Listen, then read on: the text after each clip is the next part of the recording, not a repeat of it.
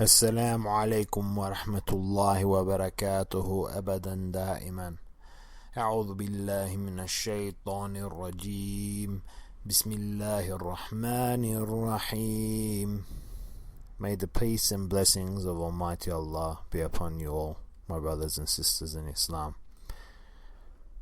Today I am recording this short lecture or warning for the sake of my brothers and sisters who have asked for some clarification and some clarity on certain issues pertaining to Islam and terrorism. If Islam is peace, and it is, then why is it that there's so much terrorism associated with it? Who's behind this? Who are these people? Are they Muslim? Aren't they Muslim? And so on. So there's a lot of groups that are terrorist groups that are attributed to Islam, and I will go through some of the groups. I'll go through probably about a quarter of the groups. Can't go through all of them because there's so many of them, but I will go through enough so that what will happen is you will actually realize how many groups there are, and it will surprise you actually, way more than what you think. So the groups are as follows, and I'll explain who and what these groups are later. Hezbollah, based out of Lebanon in the Middle East. Kurdish Hezbollah, which is based on the border of Iran and Syria and parts of Iraq. Hilafet Devleti, that's out of Turkey. Hizb ut-Tahrir, even though they are a organization that seems to be formal, they are also playing a role in all of this. Hizbul Mujahideen, throughout the Middle East. The Houthis, Shia out of Yemen, Shia like Hezbollah. Islamic Jihad Union, they're based out of Uzbekistan and have attempted attacks in Germany and the United States. Salafist Group for Call and Combat in Algeria. Jamaatul Mujahideen in Bangladesh. Al-Jaysh al-Mahdi in Iraq and Sham. Islamic Movement of Uzbekistan, that's the translation of it, again out of Uzbekistan. Bangsamoro Islamic Freedom Fighters, subcontinent region. Basayev faction in Russia. Egypt Islamic Jihad out of Masr, Egypt. Harakat Ahrar al-Sham al-Islamiyya out of Asham, Syria. حركات الشباب المجاهدين out of Somalia. حركات الشهداء الإسلامية out of Libya. حركات أنصار الدين out of Mali. حزب الإسلام out of Somalia. إمارات قفقاز out of the Caucasus region and the Emirates. In Hindustan Mujahideen out of India. Islamic Jihad Union, Uzbekistan. Islamic Movement of Uzbekistan, again out of Uzbekistan and Kyrgyzstan. Islamic State of Iraq and Asham, ISIS as we all know them, or ISIL or Daesh. Jabhat al-Nusra in Syria. Jaysh al-Adl out of Iran. Jaysh al-Islam, Tawheed and Jihad Brigade. This is out of Sinai in Masr. Jaysh al-Ummah, again out of Asham region. Jamaat Ansar al-Bayt al-Maqdis, again out of Sinai in Masr in Egypt. صقور الشام Syria, Tawheed wal Jihad Iraq, Tunisian Combat Group, that's translation of the name, out of Tunis, Tunisia, and Western Europe. Then we have Abdullah Azam Brigade out of Saudi Arabia, Abu Sayyaf out of Philippines, Ajnad Masr out of Egypt, Adan Abyan Islamic Army in Yemen, Ittihad al-Islamiyya Somalia and Ethiopia, Al-Qaeda worldwide, known as the Salafi Wahhabi group, Tanzim al-Qaeda in Indonesia, Al-Takfir wal Al-Hijra out of Masr in Sinai region again. Sinai region is the northeast part of Egypt, for those who do not know. Al-Mulathamun Mukhtar Bel Mukhtar out of Mali, Libya, Algeria. Al-Muratibun out of Mali, Libya, and Algeria as well. Alliance for the Re-Liberation of Somalia, that's out of Somalia and Eritrea. Ansar al-Islam out of Iraq, Ansar al-Sharia out of Libya, Mali, and Tunisia, and Masr, Egypt. Ansar al-Bayt al-Maqdis, Sham. Ansaru, Nigeria. Boko Haram, as we know it, its headquarters is in Nigeria. Very fanatic Salafi Wahhabi group, or Quran Sunnah group they call themselves. Osbat al-Ansari, Lebanon. Jamaat Ansarullah out of Tajikistan. Jama'a Ashharu Tawheed, Indonesia, and so on. There is so many that I'm tired of reading them. So these are the groups. So what is really happening?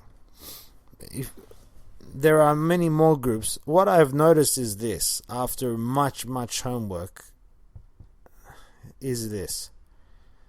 Any group that is calling themselves Sunni or Ahl Sunnah wa Jama'ah, 95%+ of the groups that are considered terrorists and are engaging in terrorist activities are Salafi or Wahhabi, or people who say they are following the Quran and Sunnah.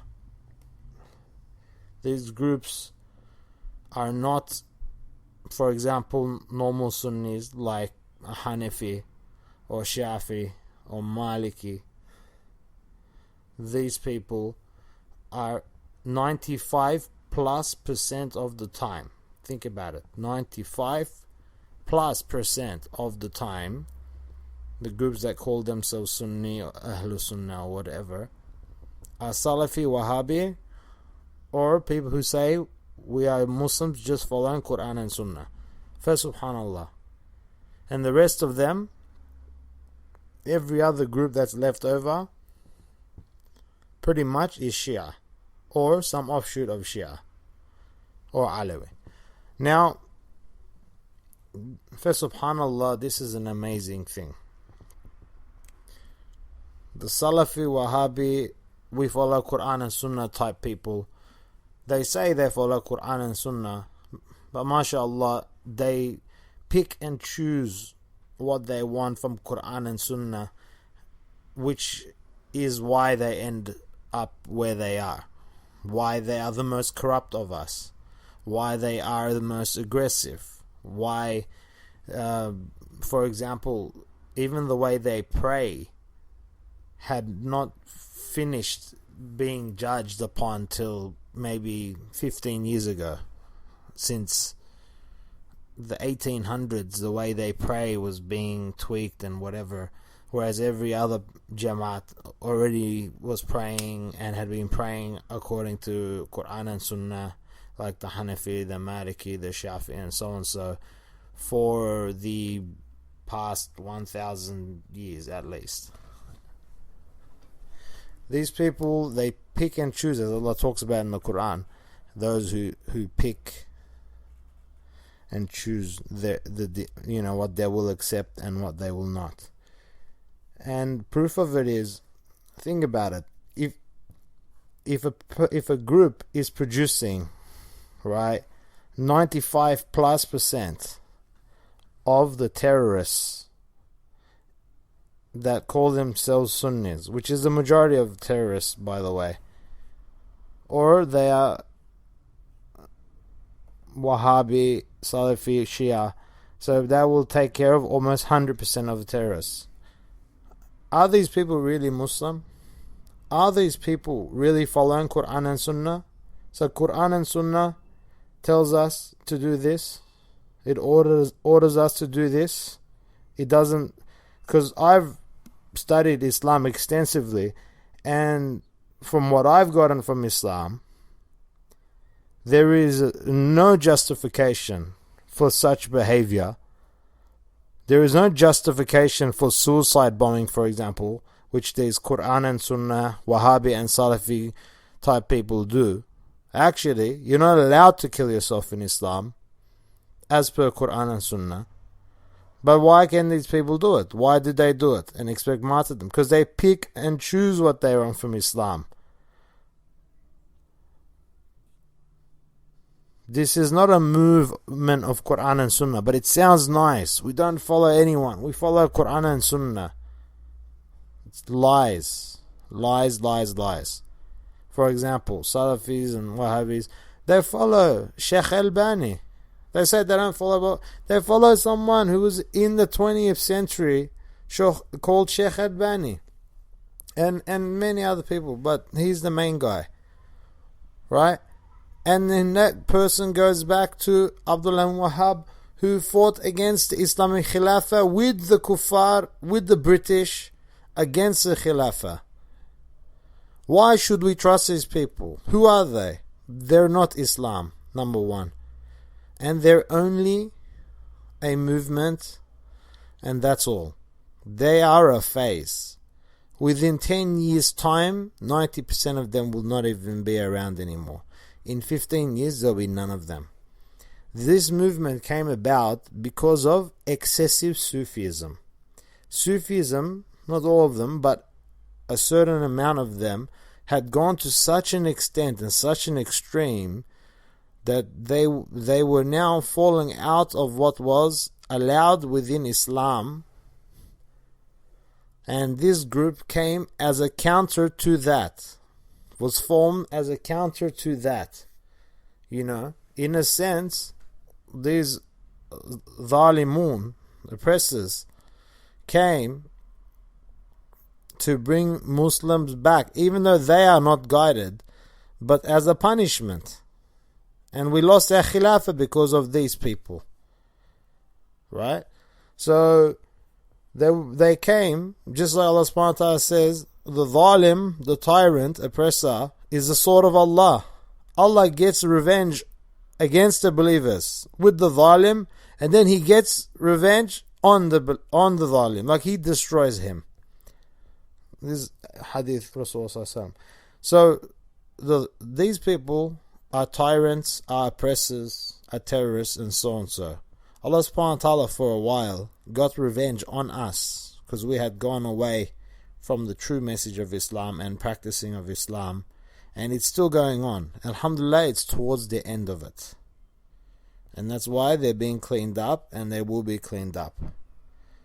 But anyone who follows the Salafi, Wahhabi, or I am a Quran and Sunnah follower, you should know that these people, whether knowingly or unknowingly, are supporting terrorism.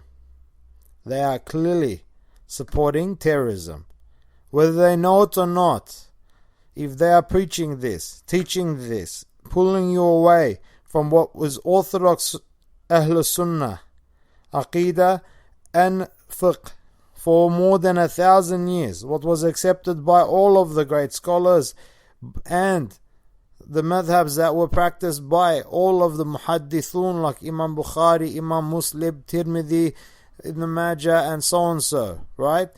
All the people that relate the hadiths to us and all of these people, they all had madhabs, or they started madhabs that we now follow, like Ahmad ibn Hanbal, the Hanbali madhab, Imam Malik, the Maliki madhab, for example. For example, Aqidat al-Tahawiyah came back from Hanafi origins, and so on so. All these great scholars, more than 50,000-60,000 of them that came in the last 1,200 years and 1,000 years and so, or so, followed a madhab which was part of Ahlul Sunnah wa Jamaat, the proper Ahlul Sunnah wa Jamaat. How about these people? They're quick to call you kafir, quick to call you munafiq, even though you're not. And then what they do now, the very people who sit there and they tell you like that they actually spread and support these things, tell you that they condemn such terrorist attacks. Whereas they're the people who are either doing the actions, or the people who are doing the actions are exactly like them. And they're doing it based on their teachings and their beliefs. And they're their people. They believe the same aqidah. They believe the same fiqh. They come from the same jama'at. They come from the same maslak, the same mazhab. You can't say that you condemn that, because anyone with knowledge knows that these are your people. And these people came about because of your preaching. People like Bilal Phillips, Khalid Yassin, and so on. So you go on and on. These people, extremist mindseted people, these people who could call someone like a Hamza Yusuf a kafir. Where is he a kafir? What about him is kafir? And just to make it clear, I am not a Sufi, for example. I am just a normal Ahl Sunnah Muslim, right? And I have a madhab. But to call Hamza Yusuf and many other scholars kafir and whatever, these guys were going as far as saying Abu Hanifa and Imam Shafi, they're kafir and they're Ahl Bid'ah and all of this. First, subhanallah, you say you follow the Salaf, they are the Salaf. They are the best of the Salaf. They were accepted as the best of the Salaf. These people that, like Abu Hanifa, learned how to pray from Sahaba. He did Hajj 55 times and learned from the Tabi'een and from the Sahaba. He learned from the students of the Sahaba. You're going to pray better 1400 years later? You're going to do ijtihad right now? You're going to follow people where Rasulullah says that people will be confused. They will not know what is right and what is wrong. They will not know who is right and who is wrong. That they will be bewildered, overwhelmed, overcome. That they will sleep normal, sane, and then wake up bewildered, completely losing their minds. And vice versa. And they'll be awake, being sane, and they will sleep bewildered and confused. Such will be the matters of Akhir Zaman. And these people, in this time, where every prophet, every single prophet, from Adam alayhi salam to Muhammad alayhi salatu wasalam, warned their people that this would be the worst of times, and the worst of generations, and the worst of periods in the history of mankind. From start to end, this will be the worst. And in this time, where Rasulullah says that the scholars will be killed off, that there will be no real scholars around, in this time, these people choose to do ijtihad. That's the only reason they could do it. And they don't succeed in any proper Muslim countries. These people succeed in weak and ignorant areas or westernized areas of the world, outside of Saudi Arabia and that region, they are no one. They are nowhere. They only make up about 100 million people out of 1.8 billion Muslims in the world. And if you add the Shia, you're looking at about maybe 300 million out of 1.8 billion. So 1.5 billion are not them. Now these people, for example, if you deal with these people, you can tell they are so aggressive. You can be an imam, you can be a sheikh, you can be an alim. They do not care. They have no adab. Suffer. Akhlaq, zero. If you disagree with them, even if you have your proof and evidence, they'll hate you instantly. And they'll want to kill you. They'll threaten you. And if they don't kill you, they'll want to hurt you. Or hit you. And if not, they will have so much hate they will call you kafir or munafiq. And if not, they will tell you that you are misguided, and they will warn everyone against you. Even though what you say and what you believe is still 100% correct. And with dalil and burhan, they will still say it. And be liar witnesses, which is one of the kaba'ir. They will be liar witnesses. And they are fine with this. So very simply, brothers and sisters, the reason why there is terrorism is not because there is terrorism in Islam. It is because there are these people who are Salafi, Wahhabi, who say we follow Quran and Sunnah. Those people who say we follow Quran and Sunnah. I don't have a madhab. I don't this and that. And Shia. This is the reason why we have terrorism. It's not us. It is these people. So if you want to hate someone, or if anyone's asking you, tell them it is these people who are not of us. They're not of us at all. We have nothing to do with these people. They are a break-off group, and they believe what they believe, and we believe what we believe. Lakum dinukum waliya din. These people do not speak in our name, nor do they act in our name. These people do things for their own agendas. They rape, they kill, they murder, they blow themselves up, they commit suicide, which is Jahannam, abadan, da'iman, forever and ever. These are not our people, and you can tell them. It started from places like Najd and Nahriwand, around the Riyadh regions of Saudi, and so on so. That's how they got their government. The West gave them that. And were spread because of lot of petrol and oil money. But they are still a minority. They are not us. So you have to say, I am a Sunni Muslim. These people are not of us. If you want to get angry, if you want to hate, if you want to do anything, is a Salafi, Wahhabi, Quran and Sunnah, so-called Quran and Sunnah. I wish they were Quran and Sunnah. They're not. And Shia that are doing these attacks. This is why.